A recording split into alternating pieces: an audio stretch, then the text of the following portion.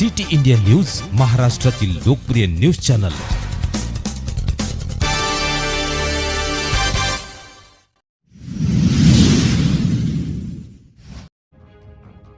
चारचाकी वाहनांचा टायर फुटल्याने अपघातात एका युवकाचा मृत्यू, 3 जखमी। चारचाकी वाहनाचा टायर फुटल्याने एका युवकाचा मृत्यू झाल्याची धक्कादायक घटना शनिवारी रात्री अग्रवाल पेट्रोल पंप यवतमाळ रोडवर घडली आहे।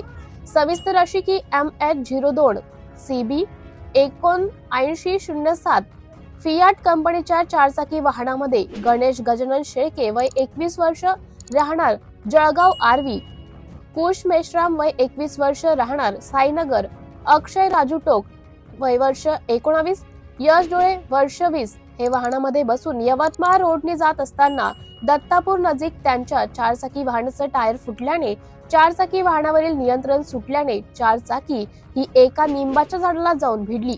यामध्ये गणेश शेळके याच्या हनवटीला दोन्ही गुडघ्याला तसेच कमरेला जबर मार लागला व इतर तिघांना किरकोळ मार लागला। काही नागरिकांनी त्यांना उपचाराकरिता ग्रामीण रुग्णालय धामणगाव रेल्वे येथे आणले असता गणेश शेळके याला डॉक्टरांनी मृत घोषित केले। घटनेची माहिती मिळताच घटनास्थळी दत्तापूर पोलीस दाखल झाले। घटनाचा पुढील तपास दत्तापूर पोलीस करीत आहे। सिटी इंडिया न्यूज साठी तालुका प्रतिनिधी अनिल शर्मा, धामणगाव रेल्वे, जिल्हा अमरावती।